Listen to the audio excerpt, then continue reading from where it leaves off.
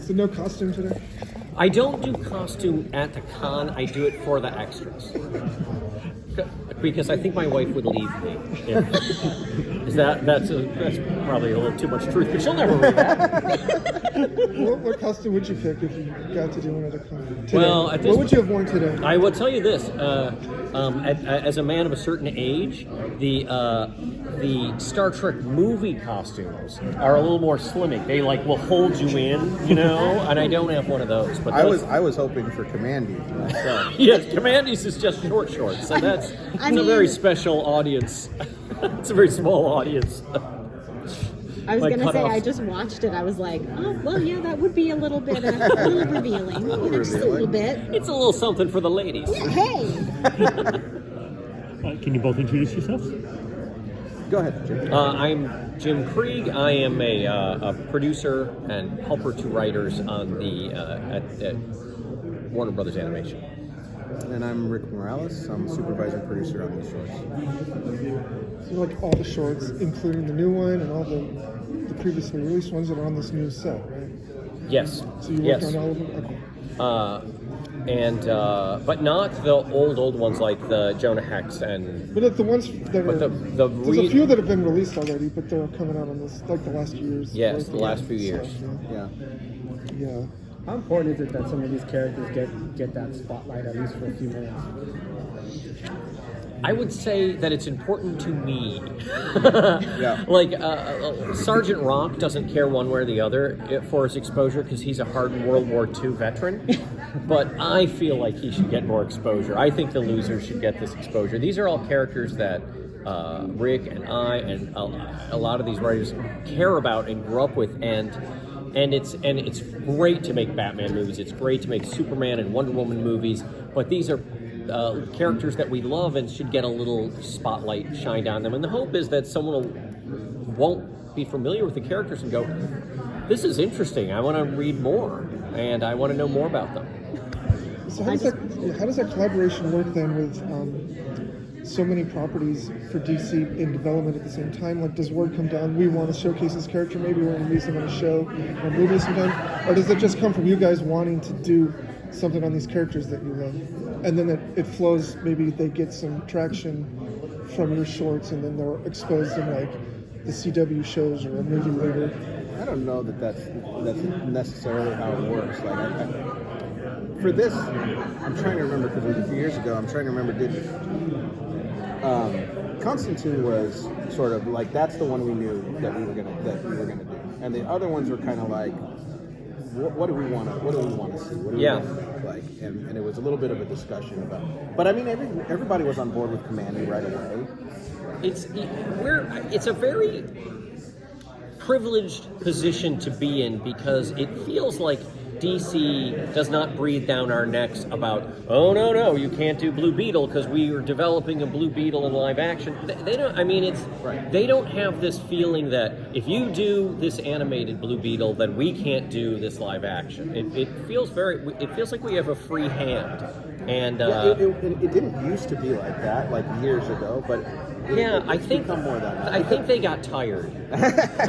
That's maybe it, but I think too, like, people are so used to seeing like alternate realities and multiverses and things like that and different representations that the audience just like, you can have a Batman show aimed at kids as well as an adult movie and understand that the audience can separate those two things. Yes, I think no one has confused the Lego Flash DTV with the guy Gustin, if that's how you say his name, the TV show on the WB. Yeah. Exactly. Yes. No, I think we all know the difference. Right. But ours is funnier. Yes. But can you get too much Matt Ryan as Constantine? You can't get that is like the one constant of the universe is you cannot get too much Matt Ryan. Yeah, and because of that, there was no choice when we decided Constantine. It's like, well, we have to bring him back. He's going to be Constantine. Yeah.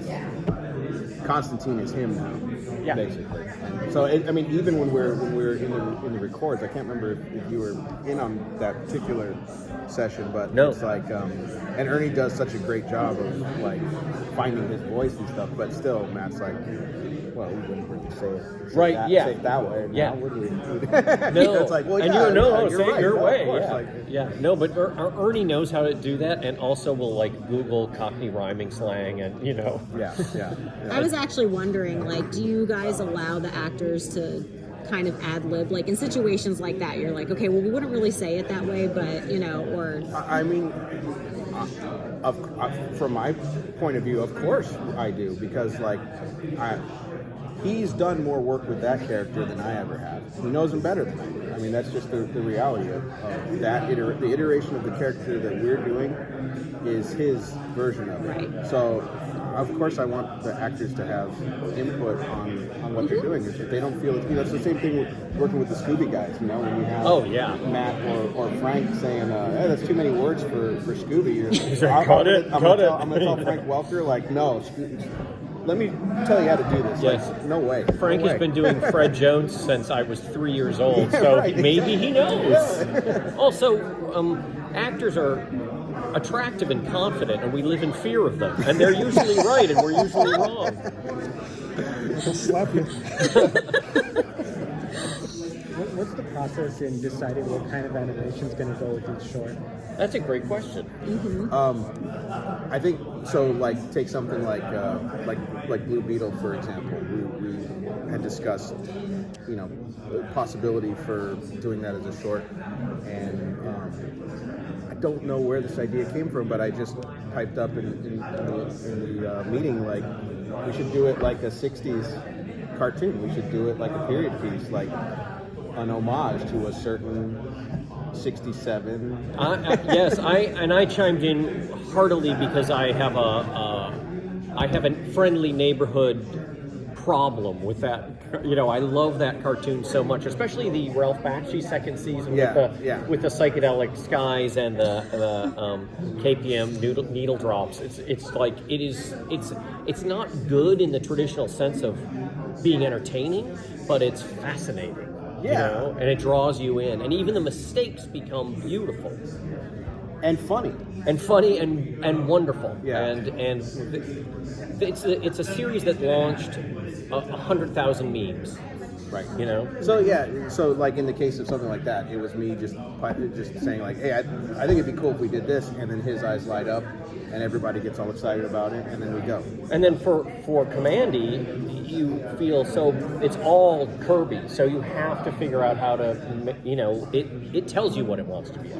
Yeah, I mean that's the thing with Commandy was like, I mean that was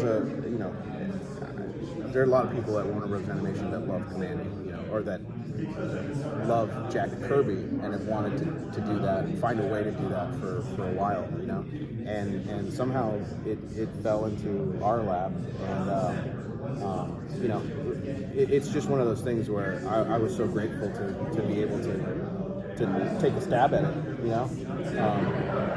that I'm not even angry that my idea of casting Mickey Dolenz and Mike Nesmith as gorillas, because they were monkeys, got shot down immediately, and now the late Mike Nesmith, but we could have had that. And we tried Paul Soles too. I wanted to get Paul Soles as the beatnik in there, and he passed away. This is like a dangerous project. Oh no, he was going to be in Blue Beetle. That's right. Yes. Yeah. So like something like Commandy, which to me felt very throwbacky to like 80s style Saturday morning cartoons, like He-Man and stuff, and those weird, bizarre alien creatures and the hero coming and fighting. Plus, it has a Thundar. Has a little Thundar the Barbarian, right? Thundar, Yes. yeah. And I was going to say Thundar too, and then a little bit of Planet of the Apes in there too. A lot of Planet of the Apes. Is that coming straight from the Kirby inspiration, or how much is that you guys growing up with this stuff and just putting it in there too? Well, the Commandy is a DC ripoff of Planet of the Apes, which Jack, I believe, never saw. It was just like, this is the idea of these movies. It's like, okay, I'm on it. You know? Yeah. And it's so much weirder and more special than and I love the Planet of the Apes, but it is a weird comic. They didn't and have I love talking tiger men. No, Right. There's no Ben Boxer. Yeah. It's so much fun. But the other part, like I think Jack did do some work on Thunder the Barbarian. He did. And he did Yeah. a lot of development on these 80s cartoons. And we pulled a lot of his character designs and stuff from that show to like Really? look at. Yeah, oh yeah, absolutely, of course, yes. These animators, they really care. I in particular, I see it as a big responsibility when we're dealing with something like Commandy and Jack Kirby, and Yeah. to try to make it as faithful as you can, within the time allotted, and but stylistically, it's got to look as close to Jack Kirby as we could make it. It would be easy to call some of these shorts like love letters to like comic book fans or to readers. You could put that in the title of your article, along with our names. In quotes. That the DC showcase shorts are love letters to these characters that deserve more love. Yeah.